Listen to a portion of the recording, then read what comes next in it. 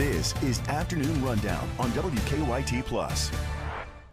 Welcome back to the Afternoon Rundown here on WKYT Plus. The party continues on today's show because I have another new face to bring on, and this is Ivy Barksdale with Bethsaida Baptist Church. You have a unique perspective because you knew little Lou way back when. Can you talk about what he was like back in his heyday before he hit it big? Well, his name had 2 syllables, and I won't destroy that. I will keep calling him Lou for now. Easy.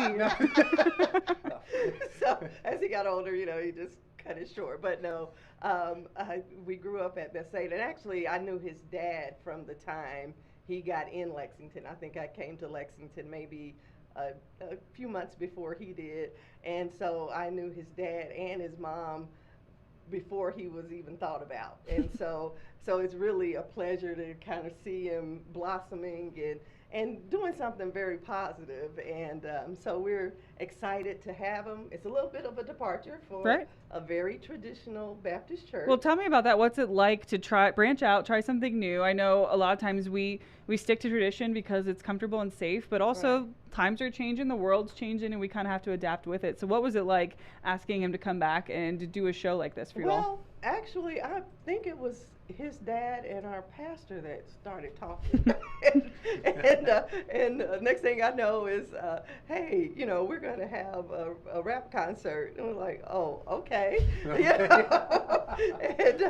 And so, we just, went from there and, trying to do everything to be prepared for him. And, one of the things I had to, make sure we understood is that this is a performance. It's a faith-based performance, which is great, but it's still a performance.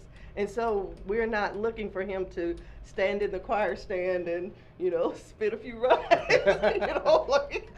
but, we want him to be his authentic self. And I think not only the youth will like it, I think it is a good opportunity for us as adults to experience something different that is still in line with our beliefs. And I've listened to quite a bit of your music, and I was actually really, really impressed, because I'm like, oh, rap, okay, I'm not really a rap fan, but at the same time, when I listened to your music, and particularly your lyrics, and I could see your growth, I could see your belief, I could see your championing of people that are downtrodden, and I was really impressed. What's it like hearing an endorsement from someone who grew up watching you and knowing that this may not be necessarily her genre of music or her style, but to know that someone else can internalize it, hear it, listen to it, and appreciate it? It's got to mean something, knowing that you're reaching all sorts of audiences and it's multi-generational.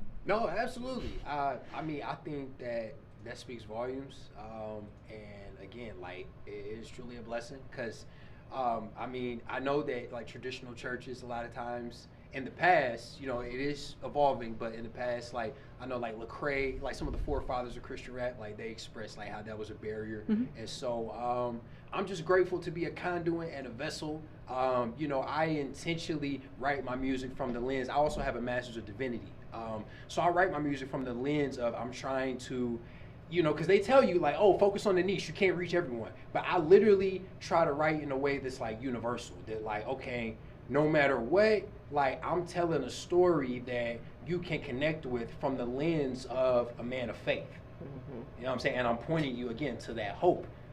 And so, you know what I'm saying? I just feel like that is unique because I feel like a lot of people, especially Christian rappers, I feel like they just focus on youth because oh, you're going to bring them in for Youth Day. But it's I take risk because a lot of my songs, I'm not just trying to reach the youth. I'm trying to reach everybody. Well, it has to live beyond that too. I mean, just because someone listens to you at 14 or 16, you want them to still be engaged and in tune and take those messages when they're 25 and 30 and in their 50s, because those same challenges are going to be there and maybe in different formats. But can you also talk about, some may think, oh, this is just some guy who likes to sing or likes to rap. But, the fact that I know you're a pastor and you also went through the entire educational process. There's science and learning as part of this. Yeah. This wasn't just some guy with a pen and paper. You really took a lot of lessons and studied about all of this. Can you talk about, taking it to that next level, and it's not just a hobby for you? This is quite literally your way of life.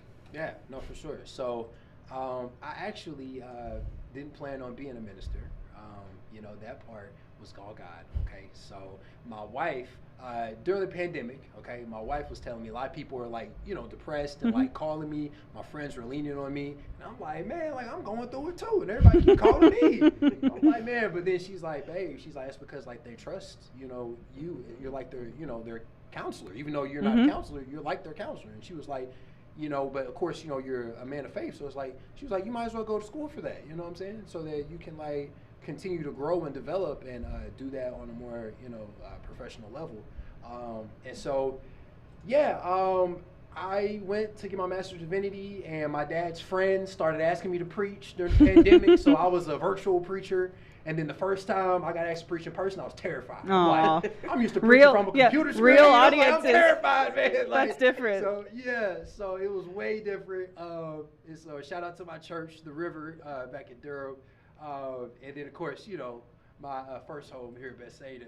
But, and then that just kind of translated into music because I understand other religions. I understand how to interpret the Bible, hermeneutics, how to study scripture. And so, again, like I just try to like make complex things and mental health issues and like things that I went through, make it palatable, but also in a way that's like dope. You know what I'm saying? So it's like you want to listen to it. It sonically is pleasing, but it's feeding you, literally, spiritually, So Ivy, what are you most looking forward to this weekend? Are you expecting big crowds? We're hoping so. It's always hard to know who's going to come or whatever, but my motto for this year, where two or more are gathered, and I'm good. Absolutely. Okay, but no, I do think we're going to have quite the turnout. We're finishing our vacation Bible school we had it Wednesday, Thursday, and tonight's the last night, and so tomorrow is kind of the grand finale, if you will, to bring everybody back to the church, to listen to Lou and have just a good Christian time in the Lord, worshiping, praising, fellowshipping, all of that. And then on Sunday, I guess really Sunday may be the finale. Okay. There's more, and there's more. Finale on Sunday.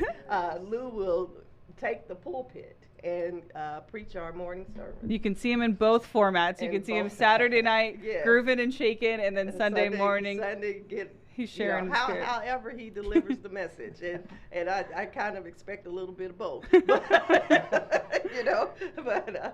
I'm just that's just my imagination going. Yeah. But Sunday at 10 o'clock, we will be at Bethsaida Baptist Church, 3700 Old Tates Creek Road, and we also will be Facebook Live as well.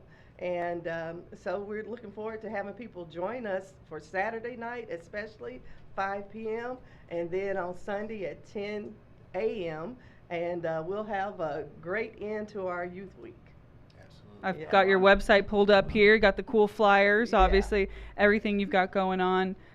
Pretty exciting stuff, and again, a departure from the traditional, but it's a new way of life. It's a new experience for everyone. Right. We all have to kind of get out of our comfort zone, and you never know what you might find or what you might like. Because there probably was a time. I know there was a time when clapping of hands in church was just what? Y'all got rhythm? Yeah. No. We don't do all that. Right. And so this is just another stage in the evolution of our understanding and being more accepting of people who may present a little different than what we think is the right way to do it. We're starting to understand that there's really no right way. The only way that you're doing it is by the power of God, and if you're doing it that way, it is the right way, no matter whether you're rapping or singing or playing or speaking.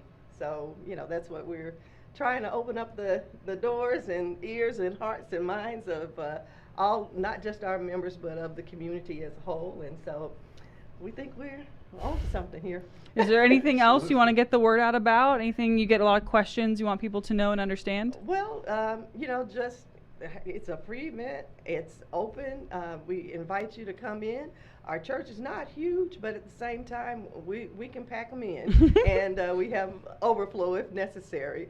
But we just want everybody to not look at this as a one-time event, but just look at it as an opportunity to worship in a different way, worship in a way that you can even take it with you. You know, his songs are available to stream and everything like that. You know, he'll have his merch out, and we just want to be sure that we understand that this is a ministry and not just somebody out performing. Exactly. Yeah. There's a message and there's a lesson to be learned from all of it. Absolutely.